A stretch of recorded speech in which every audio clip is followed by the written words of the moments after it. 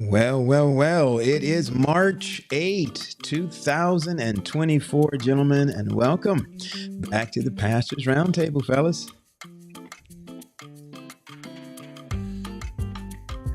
Welcome. Okay, I was going to say, I can't hear anybody. What happened to the audio there? No, we're here. I got so many groups now to send to. This is not helping me. Oh, you're sharing right out of the gate. Dr. Henry, he looks like he's trying to take your job, man. Yes. Yeah, we can't hear him right now. We can't hear you, Dr. Henry. We were hearing him earlier. We can't hear him now. Can you hear me now? There we go. Now we got you. Yeah, can you hear me? Yeah, I think I'm lagging a lot. Can you hear me? Yes, Mr. Verizon. I believe I'm lagging.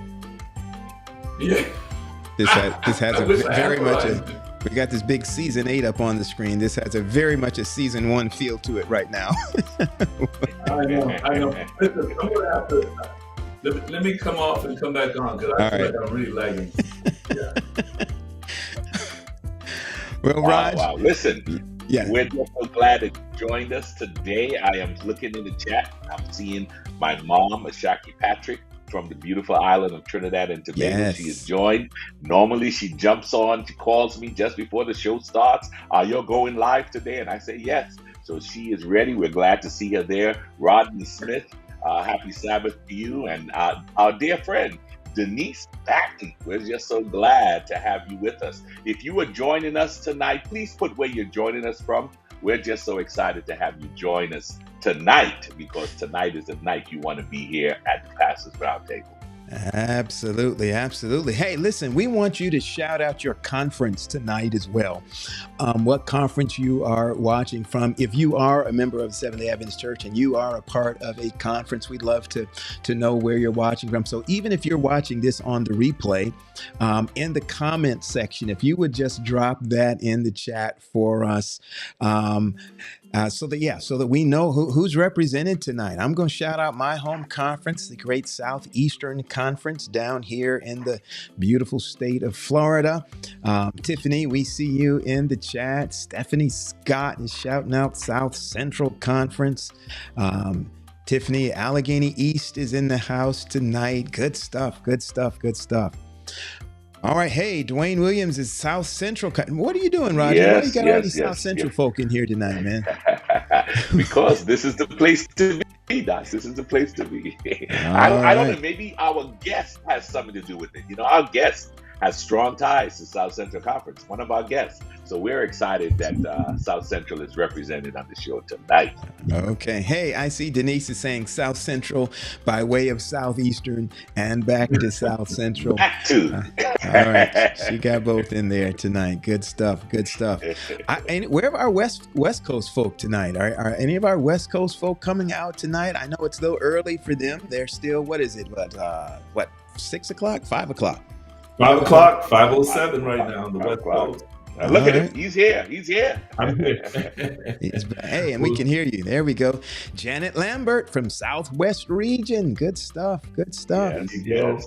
There you go. Hey, did we share? Did we tell people to share already? Hold that. Before you tell them to share, let's talk about what we did the last couple of weeks and then what's coming up in the last 3 weeks of this month.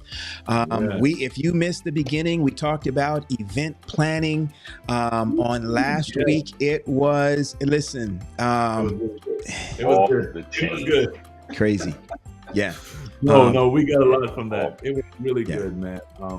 That our planning is important. We got to be missionally, have a mission in mind. Definitely, evangelism is the key. And they talked about the productivity, actually the quality, the production level needs to be good. But then the spirit got to be connected with the people. And so I thought that was a good program that can elevate our church so that we can effectively preach the gospel of Jesus Christ. Wonderful show last week.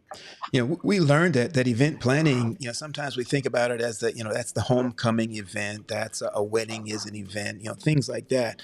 But we learned, Sabbath school is an event, and that level of intentionality and professionalism and worship service is an event that needs to be planned and planned well, executed well. We learned all those things, but if you missed it, Raj, how can they go back and check that out? Hey, one of the beauties about being part of the Pastors Roundtable family is to know that when you go to our website, the prt.live, you can get every episode of Pastors Roundtable. We were just sharing with our guests that we have had 8 seasons. It doesn't mean 8 years, but we have had 8 seasons. And in this season, we are coming up on a 150th show, 150th episode. Let me put it that way.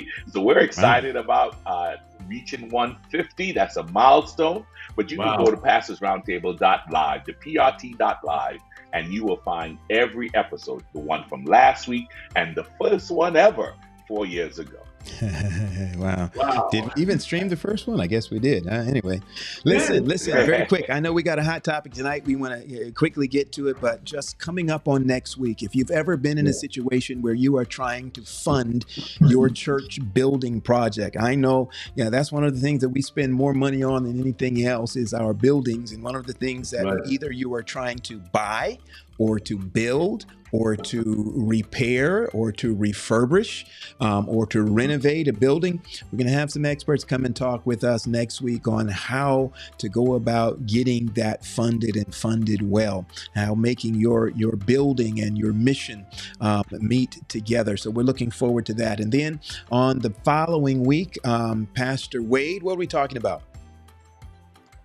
We'll be talking about personal finance, preparing for the future from a financial perspective. And we have some financial gurus that are going to join us in sharing information that will help you personally, especially as we look towards retirement. What's that? Retirement. Some of us say we retired, but some of us have to, do something in that retirement. So we want to help you learn about financially preparing for retirement. All right, so that's actually going to be the last weekend of the month. But just before that, we're going to be doing church financial planning, how to help your church. When your church is doing some financial planning for your ministry and how you do your budgeting for your ministry department, et cetera, et cetera. You want to come in and be a part of that. All right, you guys ready to roll? I'm excited about tonight and where we're headed tonight. Dr. Henry, talk to us, man. What is on the table tonight? Well, listen, on the table tonight, again, as Pastor Paul said, it is a hot topic. We are talking about constituency sessions. That's right. The constituency session. How do we vote? Do we vote like the United States of America? Or what do we do? How do we do it? Constituency sessions. That's what we're going to be dealing with tonight. Oh my. Should we, this might have been the night to get some guest hosts, you guys to come in and to talk about this. So we wouldn't get in a whole lot of trouble. All right. Well, Raj, talk to us, man. That's the topic that's on the table. Who is at the table tonight, my friend? Tonight we have we went straight to the horse's mouth on this one. We actually have with us two presidents. Actually, one was a former president, but now he serves as the executive director for all of the regional conference ministries. We not speak none other of Elder Dana Edmond. He was the president of the conference, of which I am serving right now. But and he did a wonderful job, almost 8 years of service. Then he said, "Hey, it's time for me to step away and kind of focus on something else." He passed it for a little bit, but the church leadership needed him to step back into the role of leadership, and so he serves now as the executive director for the Office of Regional Conference Ministries. And then we have the president of the Northern California Conference, Dr. Mark Woodson, who has joined us to share in this conversation about constituencies, about how we choose leaders. All right. Well, let's bring them on. Gentlemen, welcome, welcome, welcome. Pastor Woodson, welcome back. Pastor Dana, Edmond, thank you for joining us, and welcome to the Pastors Roundtable this evening, gentlemen. All right. We are excited and delighted to have you both with us this evening. Listen, we're going to give you an opportunity just to share with our audience just a little bit more about where you are and what you're doing, what life is like these days, and anything that you want to share with us. But just before we do that, I'm going to ask Pastor, who do I want to ask? Let's go with Dr. Henry. If you would just offer a word of prayer for us this evening as we jump into this discussion tonight. All right. Heavenly Father, thank you so much for blessing us to have this conversation about constituency sessions. We ask God that you will continue to bless this program, bless our guests. In Jesus' name, amen. Amen, amen, amen. Pastor Edmond, share with us. We're going to give you, we know y'all are preachers and we know how preachers do, so we're going to give you 38.7 seconds. Pastor Edmond, just talk to the audience tonight, greet them. Whatever you want to share at the time, sir, is yours. Thank you, Elder Paul, and it's my privilege to be with you tonight. I want to affirm you and Dr. Henry and Elder Wade for this program. We actually do one once a month, and I know it's called First Sabbath, comes on the first Sabbath of every month, 5:30 Eastern, 4:30 Central on ORCM Facebook and ORCM YouTube. And so I know a little bit about what you're doing. And so I admire you guys doing it every week. It's hard enough for us to do it every month. But we do it every month. We interview leaders of the church and we discuss issues. So if you don't mind me putting in a quick plug, the first Sabbath of April, we will have the regional to our roundtable. We will have the regional conference presidents and the West Coast vice presidents. Good stuff. Yeah. But we've had the general conference president, the general conference treasurer, the NAD president, the union presidents, and so we enjoy doing it. But I wouldn't want to do it every week like you guys are doing. So my hat is off to you. Real quickly, in terms of what I do now, I have the privilege of serving as the executive director of the Office for Regional Conference Ministries. And what we do is we coordinate all the activities that regional conferences do together. And regional conferences, in essence, operate as a union or a division in that we operate across union lines. So, for example, PELC is ordinarily a union or division function, but the regional conferences sponsor PELC. United Youth Congress, the regional conferences sponsor that. National Bible Bowl, Elder Wade, you and I used to do that together. That is a union or a division function. Breath of Life, that's funded in part by the 9 regional conferences and the 2 West Coast unions. So so I have the privilege of coordinating all the activities that we do, with the exception of retirement. That somebody else does that. Dr. Cox does that. But I have the privilege of going to all the regional conferences and the 2 West Coast unions. I had the privilege, Pastor Paul, of being with you a couple of weeks, yes, indeed. A couple of months ago in Fort Lauderdale. My choice for Fort Lauderdale in January was quite intentional. Hey, I'm not mad at you. But thank you for having me. Absolutely, absolutely.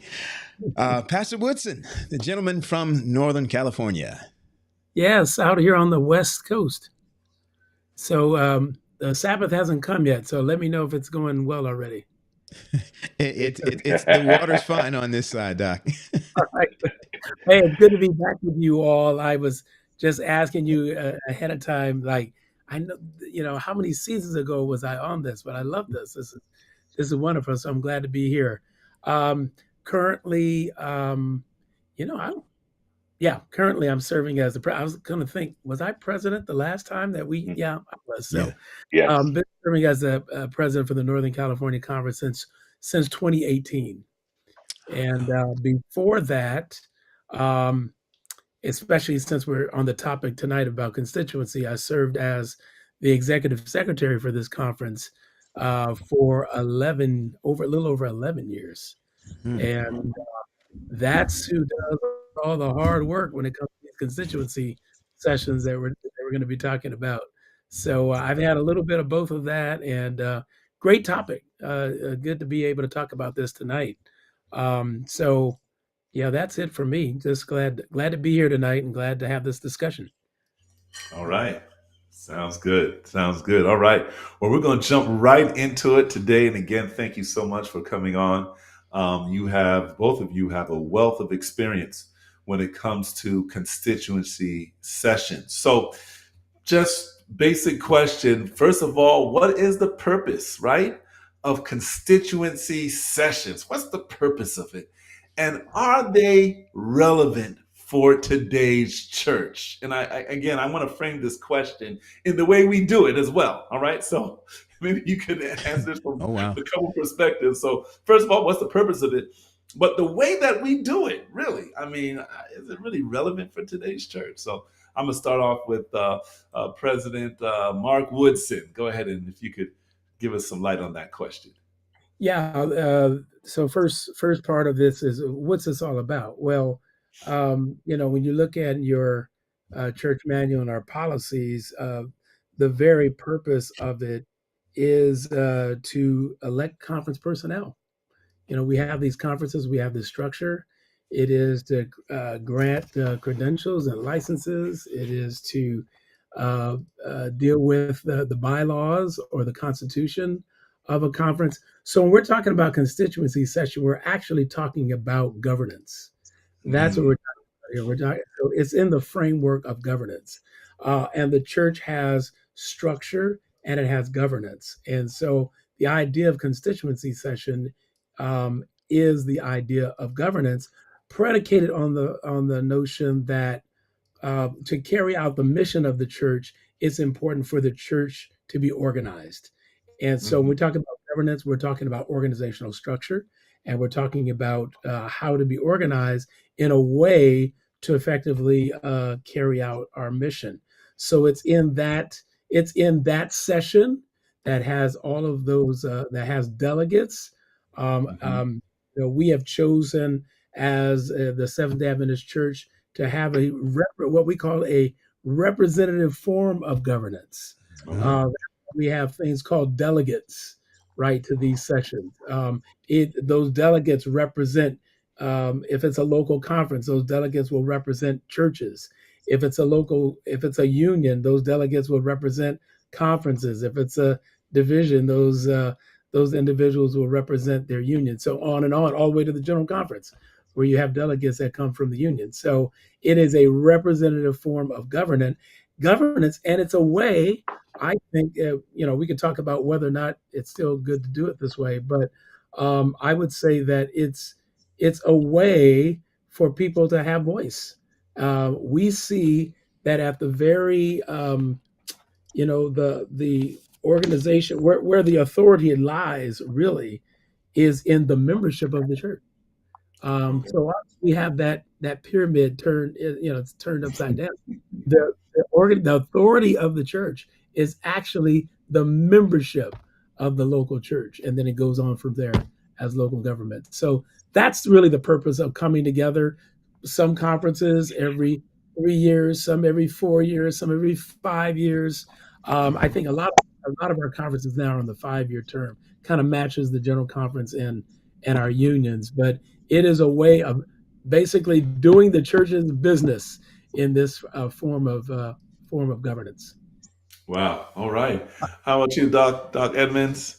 Yeah, I would add, thank you, Dr. Henry. I would add to what Dr. Woodson said a couple of things. One is the focus quite naturally tends to be on the electoral process. But that's not the only purpose for constituency meetings. As Dr. Woodson pointed out, we vote credentials, but we also receive reports. In essence, those who have conference responsibilities, whether that be the president or the secretary, the treasurer, or the departmental people, they have the responsibility of, in essence, giving account of their stewardship, to say, in these last 3 years or 4 years or 5 years, this is what has happened in my area of responsibility. So we receive reports. And then I would also say, in response to your question, are the way we do constituency meetings relevant? I would point out two things. One is there are 58 conferences, and while there are similarities, there are also differences in terms of the way. So when you say is the way we do this relevant, the question is which way? Which way you say? Which we, because we have the equivalent of constituency meetings from the conference level all the way up to the general conference. And they're different, they're differences. That's the first thing. But I think it's important at the outset of this discussion to point out that the tendency is for people to believe that the way they either do things or the way they think that they should do things at their level. For example, if I'm in South Central, the temptation for me is to think that the best way, the only way to do it is the way that it's done in South Central. When the fact of the matter is, there are different ways to do it, and none of them are perfect. Each, if you think about it, the perfect way would be the Urim and the Thummim, where we just said Roger Wade, and then the little light would blink, red, green, or red, because that way we would be getting that directly from God.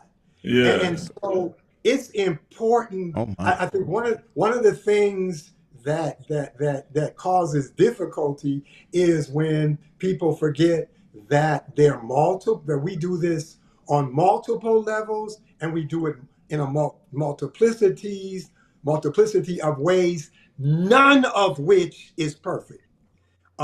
You could point out, and what happens is, I think my way is perfect and your way is bad, when the reality is, and I'll say it again and I'll be done, the perfect way would be Urim and Thummim, which nobody uses. So every other way has flaws, and what we want to do is we want to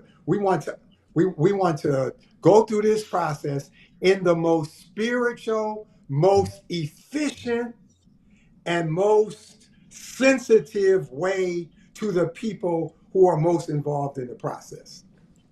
Elder, it looks like we got your phone kind of turned sideways on us. Yeah. Well, no, I have no idea how that happened, because I didn't touch anything. No, he can do it sideways. There's no one way the same. No one way. Hey, there we go. No one way the same. There you go. Let me see if I can.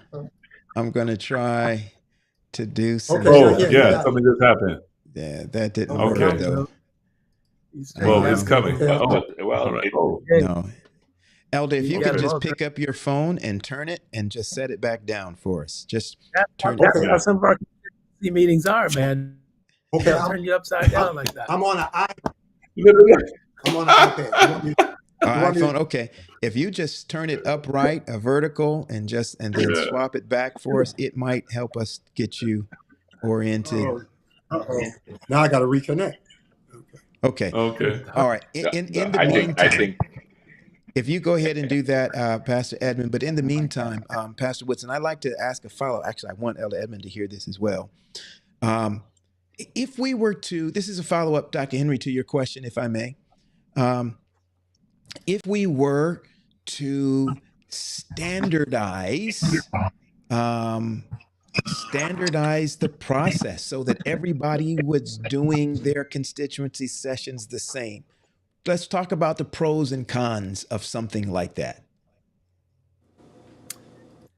Well, pros and cons. Yeah, pro would be no matter where you went in the Adventist church, you would have a good, strong sense of when it came down to constituency time, how that would go. That would be one of the pros.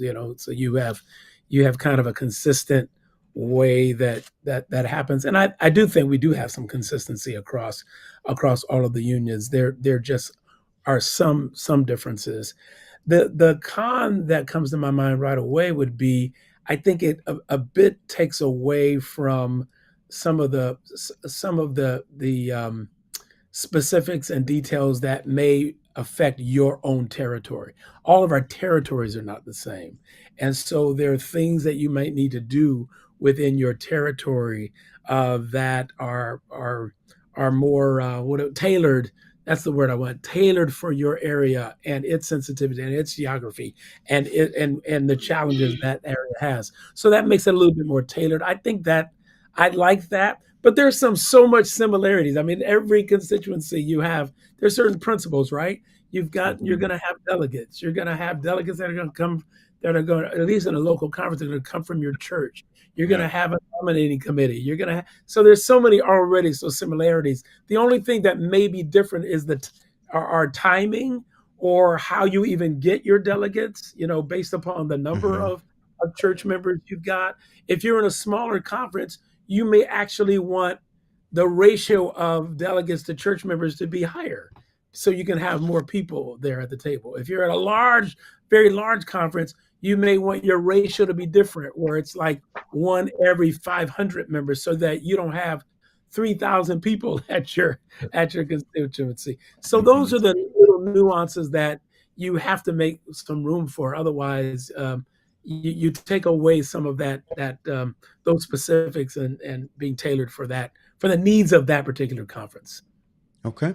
Yeah. Edmond, any thoughts on that? And I don't. Yeah. Can you hear me? Yes. Yes. Okay. Because we had some technical drama. Certainly, the advantages were pointed out very articulately by Dr. Woodson, so I don't need to repeat those. I'll just mention the cons. One obvious con to me is standardizing everything would fail to take into account two things. One is we are a world church, and constituency meetings are done across the world. And so I'll give you an example of what I mean by that. Doing a constituency meeting in a Western country with Western norms and Western traditions is going to be different than doing a constituency meeting in a non-Western country where there's more deference to authority and that sort of thing. So that's the first thing. The second thing is, even in North America, you have vastly different conference territories. So the Elder Woodson's territory is much smaller than Central States. Okay, so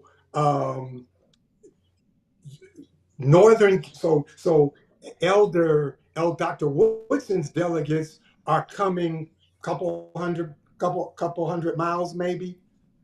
Dr. Woodson, right? If that, right.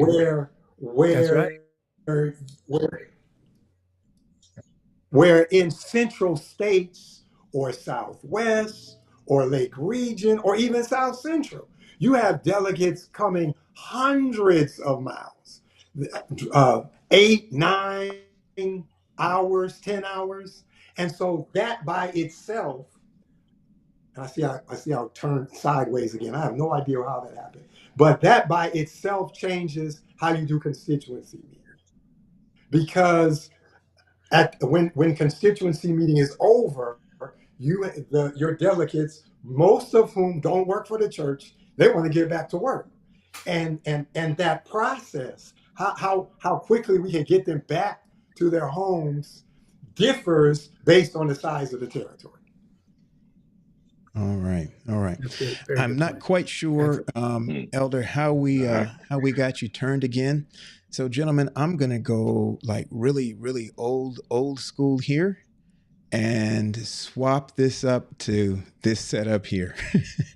And so we've got you straight up here. I'm gonna see if we can replace. How do we do this? Let's do that. Yeah, this is season one. This is season one. This is season one. Listen, gentlemen, we're just so excited that you are sharing what you're sharing. The question we had up to bat next was about the historical context or the historical significance. I think you touched on a little bit. I don't know if anyone wants to share a little bit more on basically how did constituency sessions or constituency meetings come about. I think I heard that it was the way we chose to choose our leadership and receive reports. So I'm not sure if we want to answer it, if we want to add anything else to it.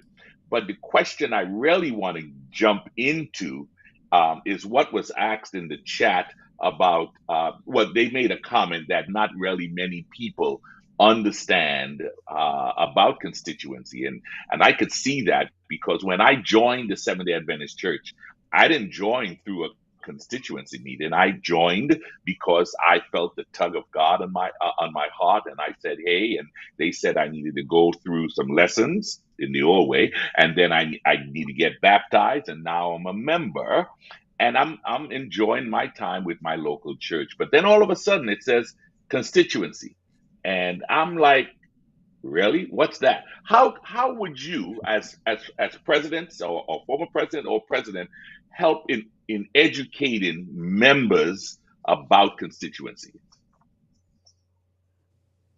Dr. Woodson. Oh yeah, one of the things that I recognize is that when you become a member of the church, there's certain things we want you to know right away, and there's certain things we're like, after you're here for a while,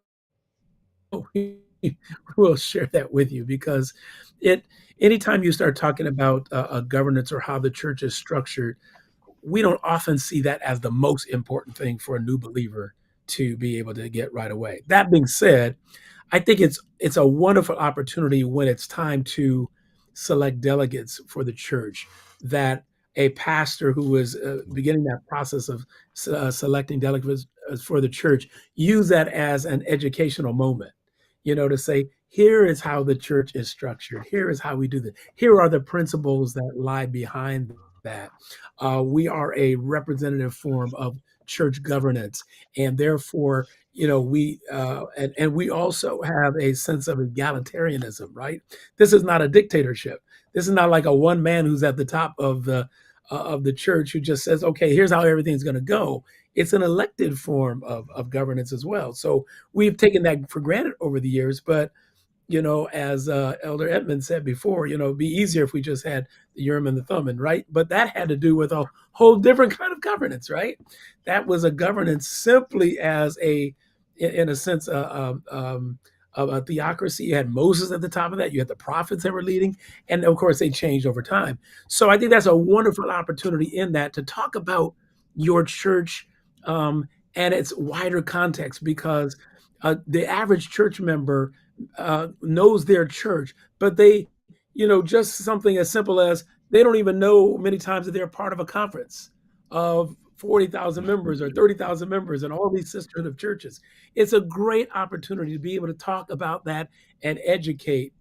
And then you also want to choose delegates that have a better understanding and a greater understanding that they're not just, even the church manual talks about this. They're not just representing their church. they're representing also and want to give input to the work of God in total in that territory. So those are some of the things to keep in mind. But it's one of those educational things on church governance, just like it is when we're nominating officers for our church, right? It's similar. It's a similar process. The church and business meeting, right? Those are just governance concepts, and I think it's really good to help to educate our members on that. And I know I've told our pastors many times, become a good be very professional about what you do, right? So that means you need to know the church manual, because certainly there are church members that know it very well. But you should know that, because it is a way that we operate. And if you're a member of the church, I remember saying before I went to a general conference, I was 12 years as a pastor before I had ever gone to a general conference. And the first one I went to was in Toronto, and it was some friends that invited me to go. And I said, you know what? I work for this church. I ought to go to one of these things. And they said to me, if you go to one, you'll never stop going.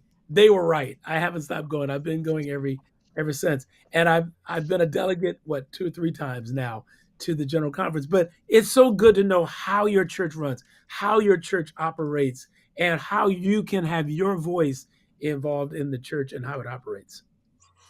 Okay. All right.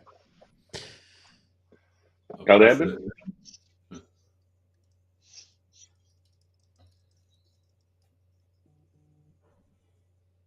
Okay. Oh, he's muted. You're muted. You may be muted, Elder Edmond. Yeah, it says on your end, Elder, that you have muted yourself. Should be a little button over there. Okay, he's gonna call back in. All right. Okay. He's gonna call back in. It's gonna be right for a little while, and then we're gonna get him this way again. All right. Our apologies to our audience for that. Here he is. He's back, and right, we've got audio at least.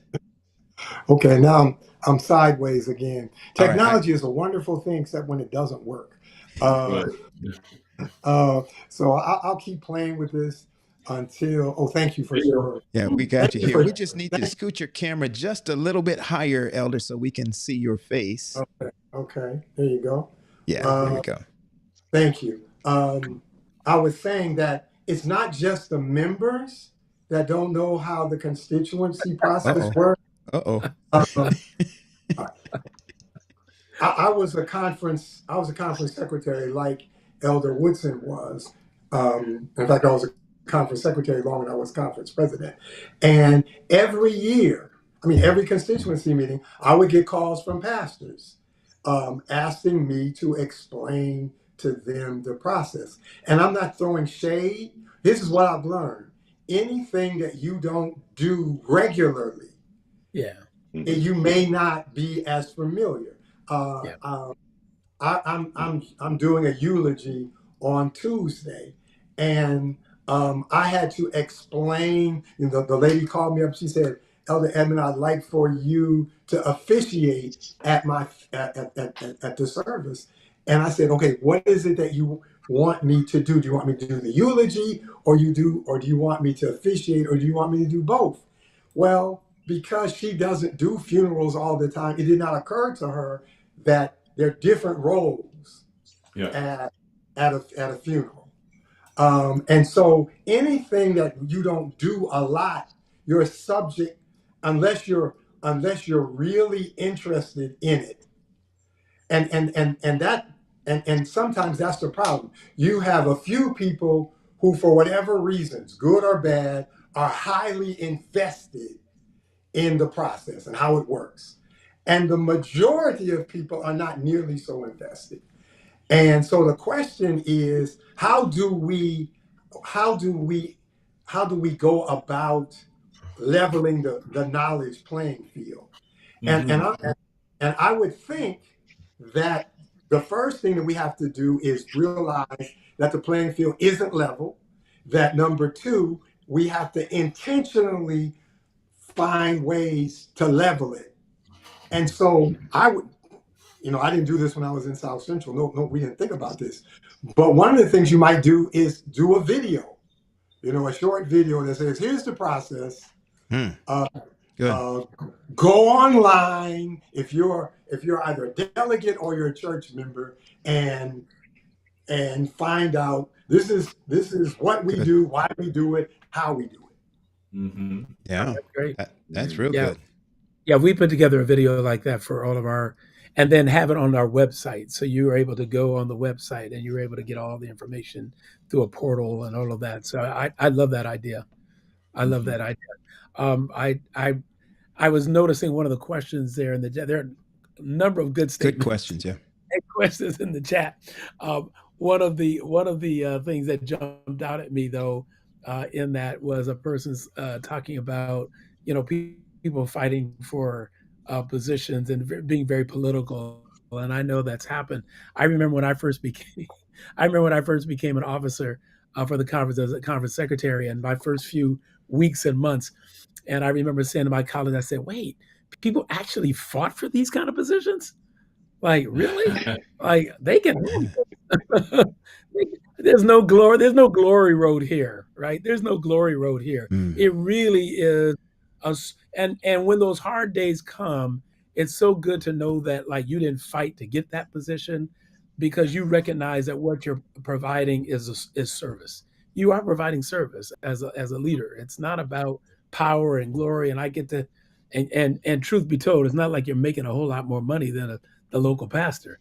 So come on, let's just tell the truth, right? So it's a lot easier for me to just pastor a church than it is to do this. So hopefully we're getting away from that. One piece that I would say about, because some of the questions reflected this as well, why we do things this way, is underlying a lot of the way we process the nominating committee and other things and names coming from the floor is we try to take, now we're not 100% good at this, but the principle is to try to move away from much of a political nature as you possibly can. So it is not the typical, one vote, one person, democracy as it normally would be, right? It is, you try to find ways. So that's why there's not like more than two names that come up in the nominating committee. It's one name at a time. The attempt is to try to take the political nature out of it, so people aren't campaigning. And now we know that happens anyway because we're human beings. But keeping in mind those structures and those kinds of processes are to try to remove as much of the political nature out of it.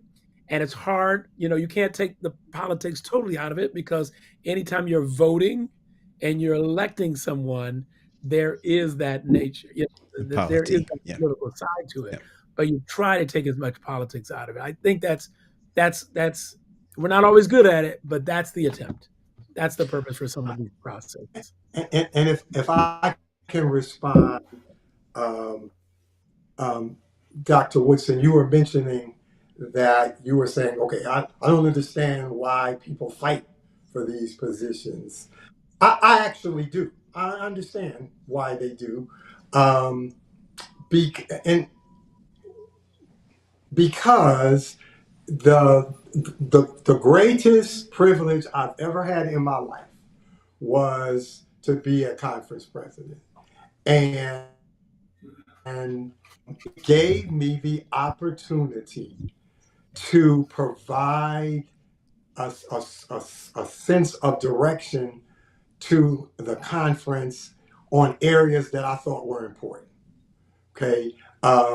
There were some things I would not have gotten to do if I hadn't become a conference president. I had one of the things that I know everybody's not happy about, but I had the privilege of bringing the first females into ministry. That was important to me, right? So I would not have been able to do that unless I was a conference president. So I understand why people want to be a president. What they don't understand, Dr. Woodson, is what you talked about. The other side, that though it is a high privilege, it comes at a very high price. Okay. And that's the part that people don't understand. And I'll give you two very practical examples. Um, when the pandemic hit and everybody stopped traveling, people like you and I, we came home. I remember sitting. I had not been conference president for a few years, but I went into another job that required a lot of travel. And so my wife and I were having family worship in our home. It was a nice day. We were sitting on our deck, the deck of our house. And I turned to my wife and said, "This is the first time we've sat on this deck." Now, by that time, we had lived in a house 9 years, but I had never sat on my deck. So it's so I understand why people want it. I understand the good side, but what people don't see is the other side, the cost to you, the cost to your wife, the cost to your children. My daughter will not go. She's a church school teacher. So she's a delegate. She won't go to constituency meetings because she knows what it's like to live on the other side. Yeah. I just think that and I love what you said about the privilege, because it is a privilege to serve in these positions, as long as you recognize that it is serving, that you are serving. I mean, we say that, right? The opportunity, and you're right. It is a privilege. I just think that we always have to be careful of our motives to want to be in positions where we have that kind of authority. I mean, most of what people see, and you see it in the chat too, is people are thinking, hey, they want these positions out of power and out of notoriety. And I think so if you're that kind of person, you really need to check your motives for why you may be jockeying for position or any kind of authority. You really prayerfully must check your motives in that. I love your motive that when you became a conference president, but I would almost assume that you didn't jockey for that. I think you said, hey, if they call me, then hey, I've got an opportunity and it'll be wonderful. But if I don't, it won't be because, well, they didn't, I should have been the person for this and I deserve to be in this position. And I think that's the difference. And too many times we have seen that happen, that political nature, that grasping after power or notoriety in too many of our sessions. And that's why there are people. I mean, when you talk about your daughter, Pastor Edmond, what was she turned off? I mean, if you asked her the question, she could pinpoint to you the things that turned her off. Gentlemen, let me throw something in here that may mix this up just a little bit. So we have this idea. I mean, what we just talked about is jockeying for position at a conference level. And yet the argument or the rebuttal argument I have often heard, I probably may have made it at one point myself, is the idea of this. Well, when I wanted to become a pastor, I wanted that position, and nobody said it was wrong for me to send out my resume or to go and try to tell people I want to be a pastor in South Central Conference. I want to be a pastor in Southeastern. And I jockeyed with no pushback, jockeyed. It wasn't an election thing, but I was selling myself on I sent a preaching tape. I sent references. I told everybody what I thought my qualifications were for that job to become a pastor. So people say, well, what's the difference between becoming a pastor and a youth director, or a pastor and a religious liberty guy? Why does it look evil for me to tell everybody I want to be the religious liberty director when it wasn't evil to tell people that I wanted to be a pastor? How do we address that? I think that's a really good question. And here's how I answered personally. I don't see anything wrong with wanting to be a conference president. It's what you do once you decide you want to be a conference president. It's the what's next. There is not a person living or dead. I had the privilege of being elected to 3 different conference positions: conference secretary, conference president, conference youth director. There's not a person living or dead that can honestly say, I ever asked them to vote for me. My wife was a church school teacher, which made her a delegate in our conference. I didn't ask her. Okay. And the reason why I didn't was I said, when I get hit upside my head with these problems, I could go to the Lord and say, this was you. I did not campaign for this. Now, did I want to be a president? I did. And I was honest and probably foolish enough to honestly, when people ask, are you interested? I would say, yeah. But that's as far as it went. I never asked. I didn't form any coalitions. I didn't make any promises. I didn't ask anybody. So to me, I don't think the problem is suppose you feel like the Lord has gifted you in that area. Okay. Mm-hmm. So I don't see anything wrong with saying, one day I would like the opportunity to use my gifts in an area that I think the Lord has gifted me. It's what you do after that that's a problem. When you undercut people, when you politic and you do the ugly things that we see, that's the problem. And let me say, are we saying that it's an ugly thing to ask people to vote for you? No, I'm not saying that. Saying that. I'm saying when you undermine people. Got it. And yeah. The opposition.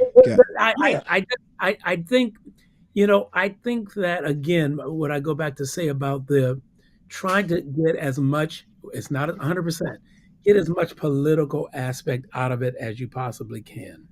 I personally would be very uncomfortable saying, oh, make sure you vote for me. I wouldn't do that.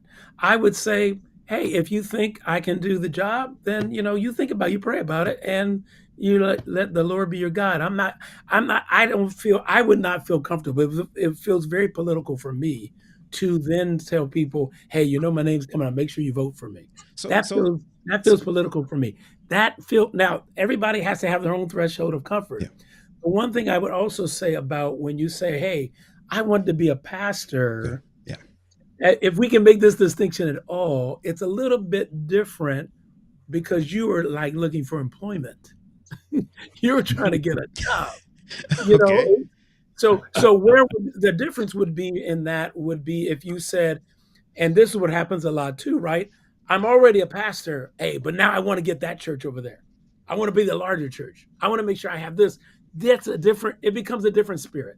Got it. It becomes a different spirit. Good. So all I'm saying is no right or wrong on that, but to just kind of check our motivations, because we are the heart is deceitfully wicked, and I've got to always be checking my motivations.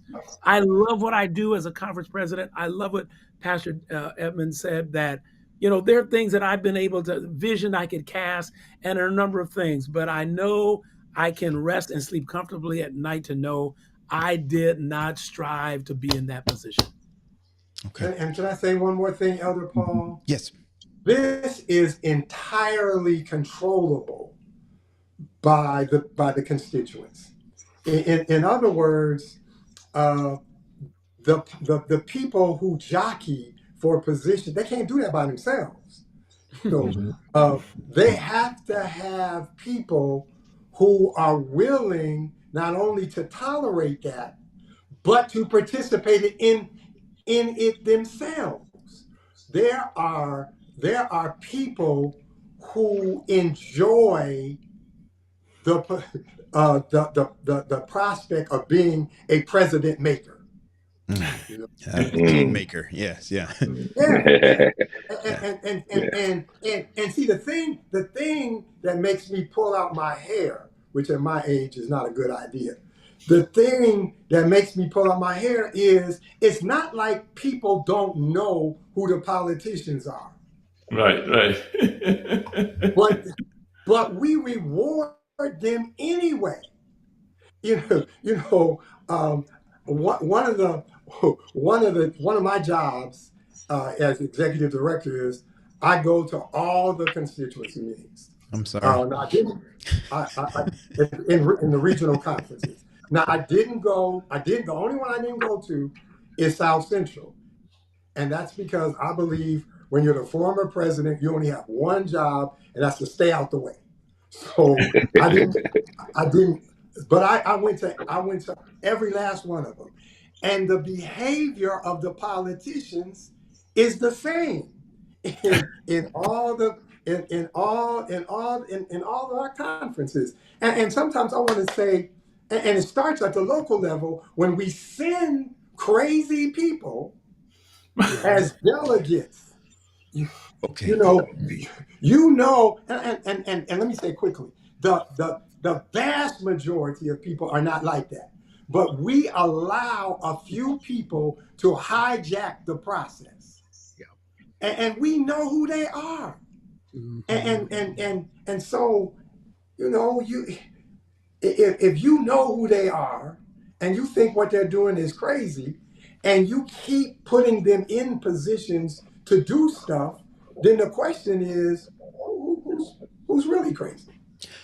Okay, so that's a great segue into our next question. I know we're coming up on a break, but and this is a kind of a loaded question. All right, so I think many of my contemporary pastors have run into this scenario that I'm going to give you as a prelude to this question. Constituency session comes around. We get the letters from the conference saying you need to elect your delegates. You call your business meeting, and you begin the process at the local level of electing your delegates to go, and those delegates that are going to sit on the large committee, etc.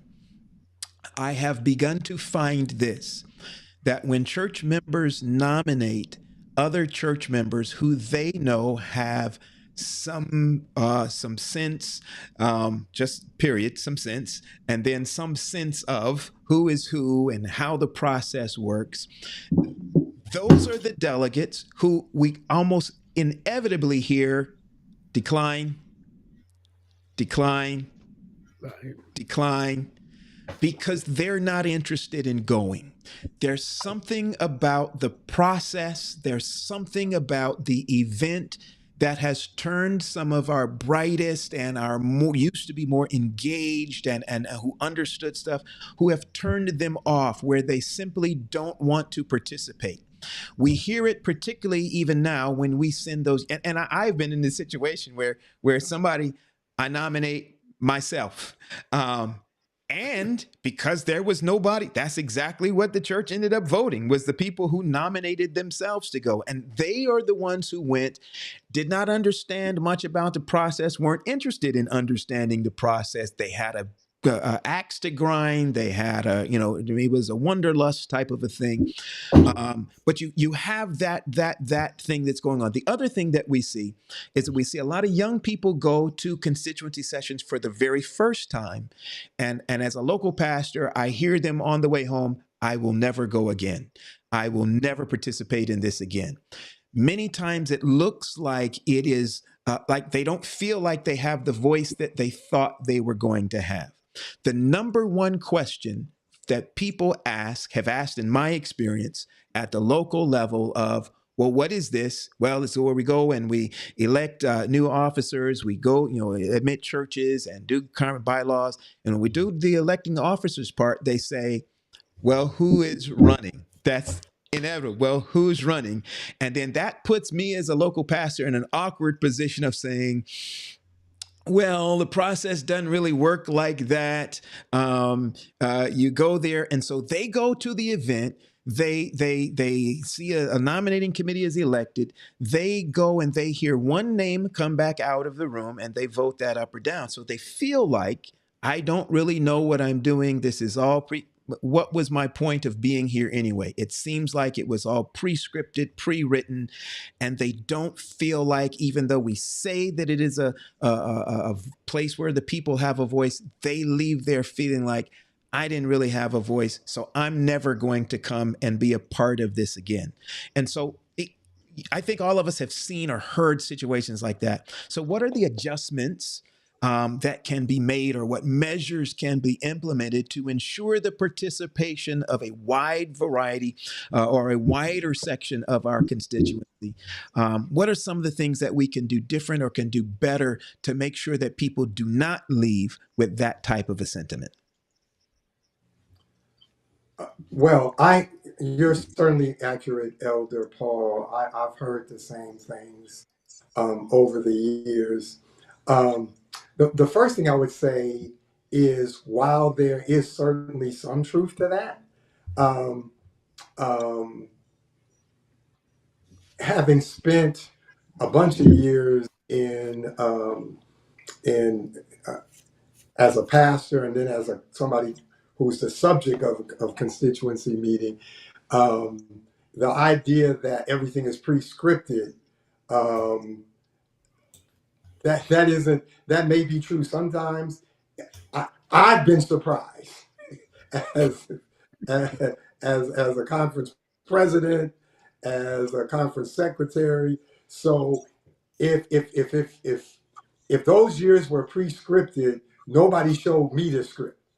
Okay, so I think sometimes, people say things when one of the hard lessons that I've learned is, what people don't know they make up, or they kind of fill in the blanks, and they don't always fill it in accurately. Now, having said that, some of that is true, and what I would say to especially my younger people is, you got to be a part of the solution. You got to help us change. People say the same thing about the presidential elections. It doesn't matter. Well, there's a huge difference between Barack Obama and Donald Trump.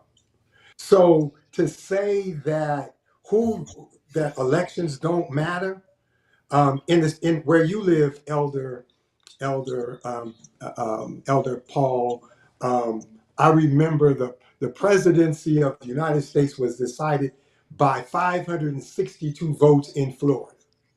Okay, that meant if 300 people had voted differently, there would be a different president. There would have been a different president. A different president would have meant different people on the Supreme Court. Mm. Okay, so to say that it doesn't matter, that's a lazy way out. The fact of the matter is, if you want something to change, you got to invest sweat, blood, tears, and be prepared to be involved over multiple constituency meetings to make changes. But if what you want is what God wants, over time, things will change. You just have to be willing to invest your time and see. The problem is, the people, there are always going to be people who are going to invest in, and some of those people have a vested interest in keeping things the same. And until people are willing to get involved, get their hands dirty, get their lips bloodied, then we get both in the church and in the country, we get the kind of leadership that we choose to have. Just real quickly, and I think you're about to take a break. I would say that, and you can't always control this, but you as a conference leader or president or in conference leadership, do your best to set the right tone. There are certain things you can control. You can't control what comes out of that nominating committee. You can, if your name doesn't come back, you can control how you act about it, right? Mm-hmm. Right? So there's a certain tone that you can try. I know for our conference, one of the, I hope not a lot of my people are listening, but one of the things that just makes me so stressed, that's in our bylaws, is there is a section during our constituency where it's basically open mic, right? Oh man, for a person who likes control, that's terrifying. But this past constituency, and we just had it about a year and a half ago, something happened during that open mic time that I had never seen at any of our constituencies before. And it had to do with people responding to an initiative we had about ending homelessness in our territory. Most of the open mic comments were about how we could do this and how this is the right direction to go. There were so many, and what what I love most of all was when the constituency was over, there were young people, or there were some people that had never been a constituency before, that said, we really enjoyed this experience. Wow. That was more important to me than anything else, because they got to come to the mic, they got to be able to speak, they got to be able to be involved, they got to watch their church in action, and they didn't see their church fighting. They saw their church finding ways to move the mission forward. That was about setting the tone for that constituent session, so that those next generations will be able to say, hey, you know what? I'm proud of my church. That's what you want more than anything else, because we need those generations.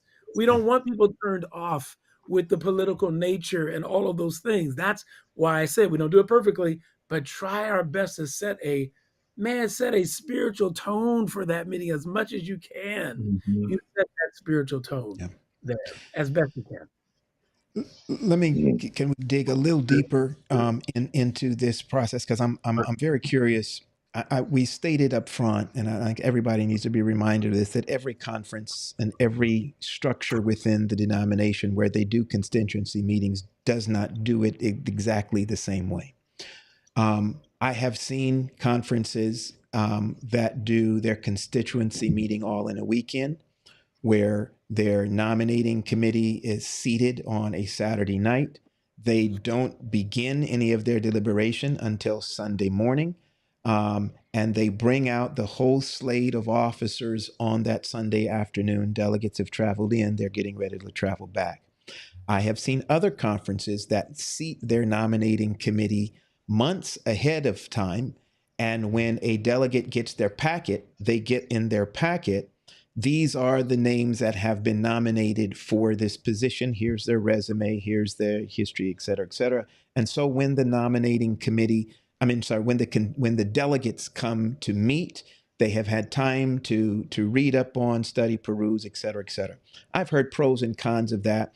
But in my context, I think we hear the most from me, and I don't know about my co-hosts here, but we hear most of the angst or the dissatisfaction in that part of the process.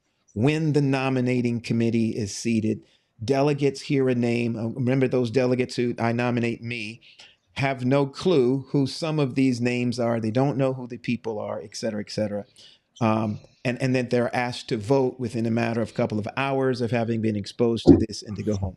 That creates, especially when people are comparing it to a secular political season where they've heard this is what this candidate wants to achieve. This is their platform. This is what they want to do, et cetera. And so particularly our young people, they don't know this system, and they are wrestling against this is what they have known in terms of process. This in this moment, I see in the chat, somebody said this creates some chaos, because like, who is this person? Only people who know this person are the people who have been really, politicking or trying to make it happen. Is there any adjustments that we make it? We're going to let you guys marinate on that, because we're going to take a break and we're going to come back, but we'll pick that question up when we come back from the break. Dr. Henry, you were. Yeah. Oh no, I would say, well, we could take a break. There's a lot of questions in the chat. Yeah. I definitely want to hear you all to respond to these questions. We got questions on, should we have a resume? Can we have I really want to hear your response to that too. So I know we're going to cover this question. We're going to come back to that. I want to get those questions from you. I want to get some answers from you all too. Stay put, you guys. We'll be right back. Listen, if you are just joining us this evening at the Pastors Roundtable, we've been having a very interesting, fascinating discussion on EENY, MEENY, MINY, MOE. How do we choose church leadership? We appreciate you stopping by Pastors Roundtable. Roundtable tonight. Listen, if you've missed any of our other topics and discussions, Pastor Wade, talk to us, man. How can they go back and find out some more stuff on what happens here at the Pastors Roundtable?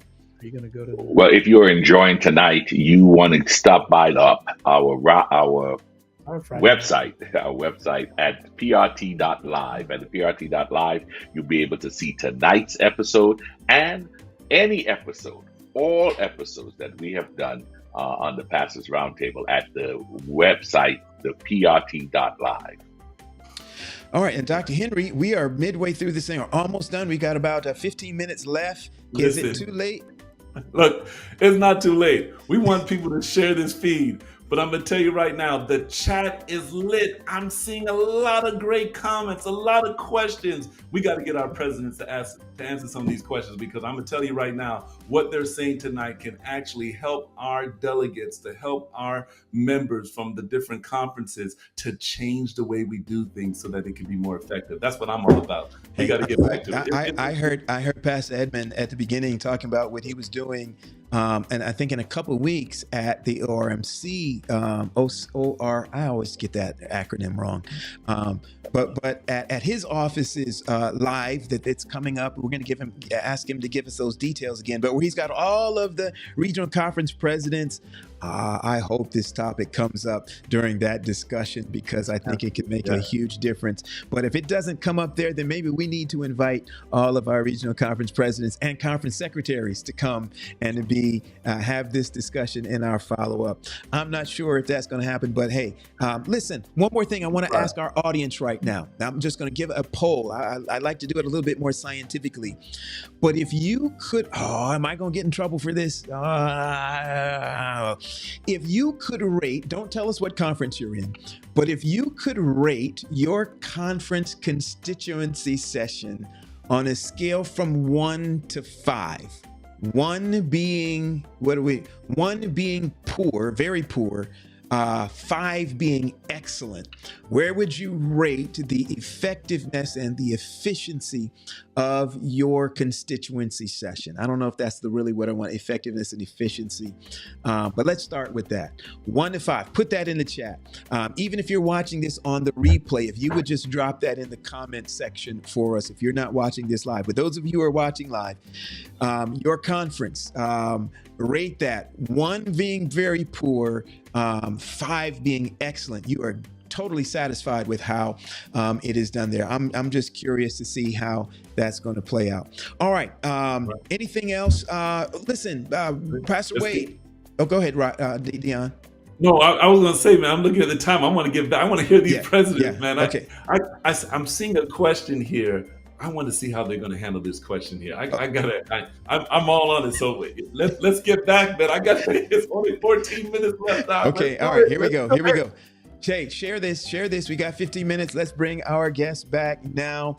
Again, we are joined by Pastor Dana Edmond, the Executive Director of the Office of Regional Conference Ministries, and Pastor Mark Woodson, President of the Northern California Conference. Again, thank you, gentlemen, so much for being with us tonight at Pastors Roundtable.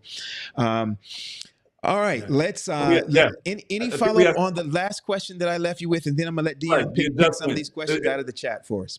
And I was gonna say, you asked a question about adjustments, I think, right? What adjustments can be made, I think? Yeah. All right, so watch this. We could tag this on there. Yep, with these adjustments. As we talk about adjustments, here's a question in the chat. Should there be multiple candidates' names brought to the floor? All right, so I'm gonna go right with Dana Edmond first. I mean, we're talking about adjustments, if there's some adjustments that can be made. But what about this suggestion, or just a question? Should there be multiple candidates' names brought to the floor when we talk about president? First of all, remember what I said at the beginning. There is no perfect process. Right. And everybody who has an opinion, and there's nothing wrong with that, but their opinion typically is my way is the best way, the only way, and there are no cons or no challenges about my way. And that just simply isn't true. There's short of the Urim and the Thummim, there is no perfect way to do this. Okay.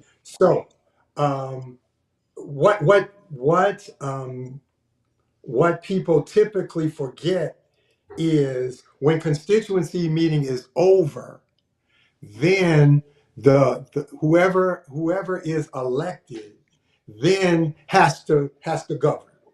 The delegates go home and get on with their lives. Okay, but the president has to govern. And so typically what you're going to, so let's imagine a scenario where the president is renominated, but because the constituents want to have multiple names, then they elect the minister. I'll use my two positions, secretary and youth director. So you get all three of those names. Everybody's happy. The people who say we want to have multiple names happy. But what happens? So the president gets reelected, right? So now he has in his cabinet two people who, in essence, said we don't want you to be president anymore. That makes it very difficult for those three people to work together.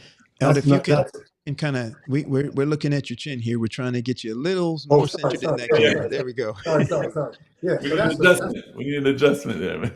Okay, yeah, that's one of the challenges. Now, can that challenge be worked around? Yeah, but it's a challenge. That's number one. Number two, it does politicize the process. Right.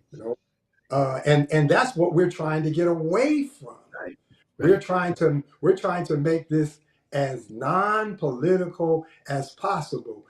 And I'll end here. People in essence say, well, that's not how we elect. That's not how we do elections in the secular world.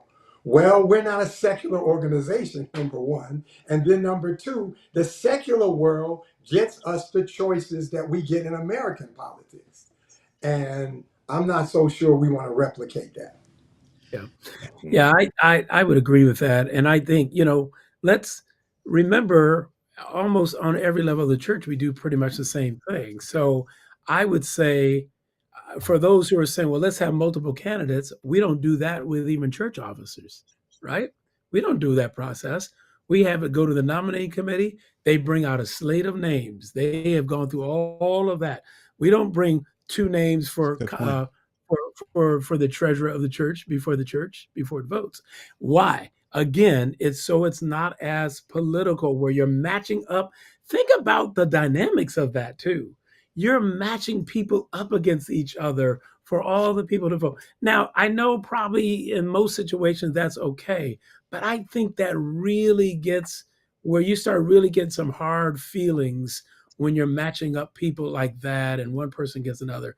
It could happen. Now, I'm also believing that we should find ways to make this process, always you can improve on the process. I don't think that what we have is the best way and it's the right way.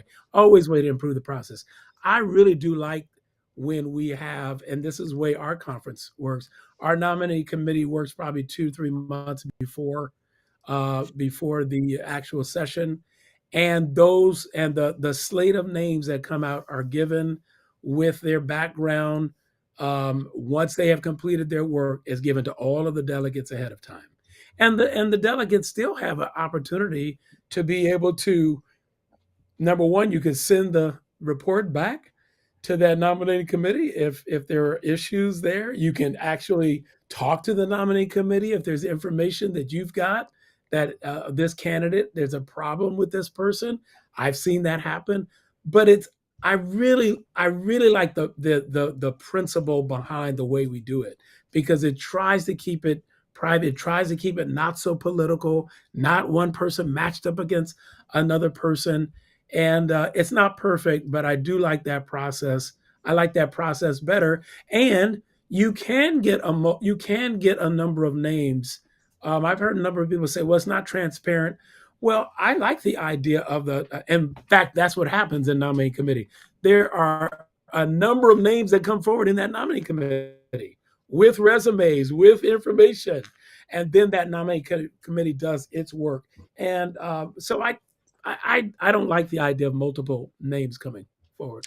I think what we're kind of seeing in the chat, and not just in this chat tonight, but we've heard over and over and over for years and years and years. Why are we trying to make a political process not political? If it's going to be a spiritual process, then go ahead and put the stick in the box and see which one buds in the morning. Pray over it and see which one buds. If it's not going to be that spiritual, then people are saying, well, then embrace what it actually is. It's a political process. No matter what we do, I think most of us here know that the politics still happen. They happen. They happen behind closed doors, under the table, in meetings and secret meetings and those kinds of things. We know that happens, and we demonize the idea of people wanting to have position or wanting to change policy. And because we have demonized it so in the open, it's like we force people into the shadows to have legitimate discussions about direction. Where do we want conference to go? Where does this organization need to head? But because we have kind of said it's not political, it's spiritual, it's like we have muted some of the discussions that are real discussions that can be helpful to take place.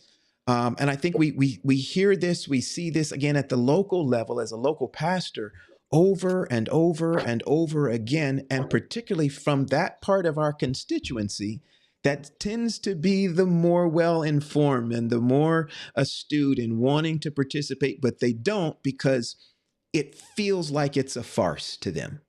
How do we? Let me be clear. I don't think either Dr. Woodson, or I are saying it's not a political process. Anytime you have people voting, it's a political process. Good. What we want, what we're saying is there's a difference. There ought to be a difference between, for want of a better word, at church politics and secular politics. Okay. And we ought not to be exactly like Donald Trump versus Joe Biden. We ought not, the church ought not to mirror that. And so what we're saying is we want to draw a line. I don't think either one of us is saying it's not a political process. I don't think either one of us is saying it's a perfect process. I said from the beginning, it's not. And we ought to, and that's why we need people to stop criticizing and get involved to help us fix it.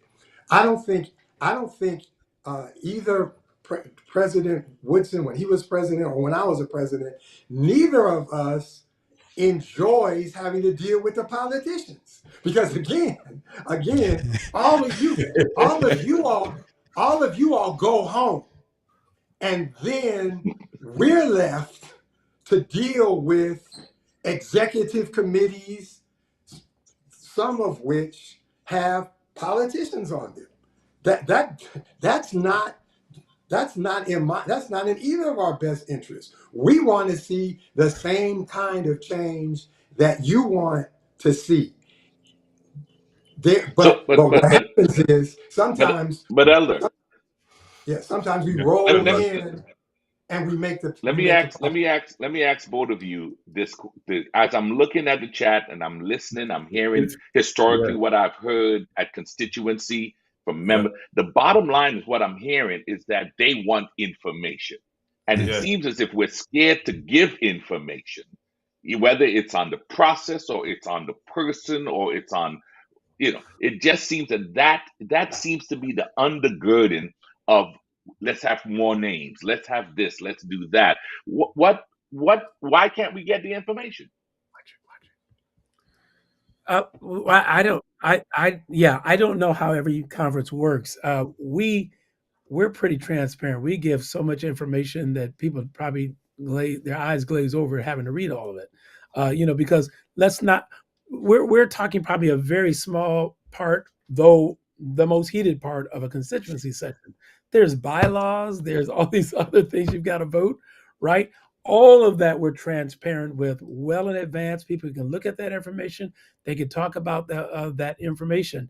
And the only thing that we're probably not as transparent about is that nominating committee process and what goes on in their deliberations. And part of that, if you think about it, is there's a sensitivity when you're talking about people's character, their performance, their names, all of those. There's a sensitivity toward that. So, I mean, I get the idea of having all of these options and everything else, and also there is this sense that we are, that there's people who are staying in office and holding on to power, right? Every time you come up, one of the things we do to help with that is there's a whole evaluation of all of our officers. Okay. Not all the church members get to weigh on that because we have a representative forum. All the pastors, all this, our conference office staff, all of my teachers, all of the executive committee, every year there's a survey, there's a performance review on how I'm doing, and that is shared with the constituency. So that there's a more of a level of transparency there without necessarily sinking into this whole, hey, this person against that person, and not holding on to power. One of the things that I believe South Central was maybe one of the first conferences that did this is had term limits for the president. Am I wrong? And right? Is that right? Pastor Edmond, Yeah. you got another term. And again, that gets into my original point. There's no perfect.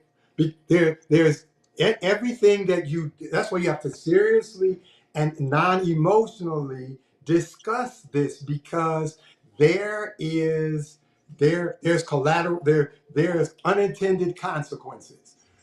I was one of the ones that was in favor of term limits. But then I saw the fact that regional conferences are the only conferences that term limit anybody, which put us at a serious disadvantage with our Caucasian brethren because they had tenure and we didn't. Okay, yeah. So there are things that look good but have unintended consequences, and that's the reason why you need to have a cross section of people coming together and in a spiritual, civil way, talking about what's best for mission. I think it's not as easy. Yeah. There are a lot of things that I thought were true about being a president until I became a president. Mm-hmm. I do, and I just want to go on record that I believe every conference and all of them need to have term limits. All the way up. I've said this before to the general conference. I think we need term limits all the way up. Your system, Pastor Woodson, intrigues us, Dr. Woodson, and I wish we had time to have you kind of share with us what that looks like. So we're going to have to invite you back again because our time is up tonight. Pastor Paul, you're right on it. There's so much that we really wanted to get from you. Of course, we put a whole lot on the show anyway, so we do need a part 2, part 3, because there was another question in there. How do members get their agenda on the docket? Really? I mean, I know. I know that I was on the Constitution Bylaws Committee, so I understand that. But how do they really get it to the docket, and how do they get a response, a real response? I mean, these are some things that people want to know. I know it's different for every conference, but I think the more transparent we are, the more conversations we have, the better people will be informed about how we operate. And then we're talking about on the conference level. Let's talk about the general conference level. I mean, is their system, no system is perfect. Are there some adjustments that they can make that we can suggest? I mean, some of those things we really got to dig into. And then the last thing I would say, and I'll give it over to Pastor Wade, we talk about, bringing multiple names to the floor. And I definitely understand what you're saying. I wish we could draw lots like they did in the book of Acts. We could bring 2 names and draw a lot. And we know that that's God's thing, right? But we don't do that. But I think that one of the concerns that, I know I have, is that a lot of times we have the names there, and if we're not involved in the nominating committee process, we don't know the resume. We don't know, we don't know anything. So we just come, and whatever name comes out, we go yay or nay, right? But of course, if you're in the inner working, you might know and understand. But for the other members and constituents that are there, we don't know anything. And I think it's if there's a way, and again, no system is perfect, but for you all in the upper level of the denomination, if you can think about that and see if more transparency can be given so that people will feel more comfortable that they are a part of the process. Elder Dr. Henry, I'd like to just add to that quickly before we go to Raj, is that we've talked about the biblical model, spiritual model being Urim and Thummim. We talked about it being the stick in the box that budded. But there's also another biblical model that is just as biblical, where God says, go and choose you a man, right? Go and choose you one from among your coasts to be a watchman on the wall. So there are multiple ways in Scripture that God uses.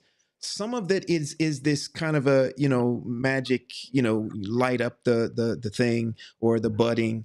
But others of it, God directly, specifically tells his people, you go do it.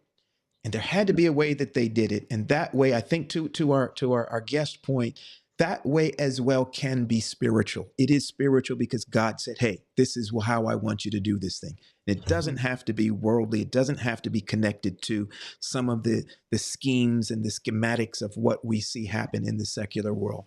That it can be something that it is something that is God appointed and God designed as well. Pastor Paul, Pastor Wade, I know this is a hot topic. I wanted to say, listen, there got to be some type of paper out there, because when you mentioned the biblical models, I'm thinking about Jehoiada. I'm thinking about what Jehoiada, the priest, did to get Joash to be king, right? I'm thinking about some of those things. And let me tell you, I think there are different ways to do it. And I think we need to think about different ways to do it so that we can be more efficient. Listen, tonight we just want to say thank you to Dr. Woodson and Elder Edmond. I learned a lot tonight. Matter of fact, you helped me to answer a few of the questions I had, and I hope that our viewers felt that way. I know when you look at the chat, there's quite a few questions. Some of them are having conversation with each other. And we invite you, Dr. Woodson and Elder Edmond, if you have a little time to probably go back through the chat, and you are welcome to engage our viewers on some of their questions. I plan to myself. I want to learn from them as they are also learning from us. But we want to say thank you for your time tonight, for joining us and sharing in this topic. As shared, we would love to have you come back and continue the conversation, because obviously there is a lot out there when it comes to understanding constituencies, particularly in this concept that we talked about it tonight. And so we thank you for coming and being with us. We just want to give you any last words you would like to share before we close tonight. Dr. Woodson? Oh, yes. I thank you so much for this. I didn't really realize how of a major topic this was, but you can see by the chat that it was. And the one thing I would just probably finally say is it's not always easy, right? Church governance is not easy, but get involved. Get involved. Get invested. It's your church. It's your church.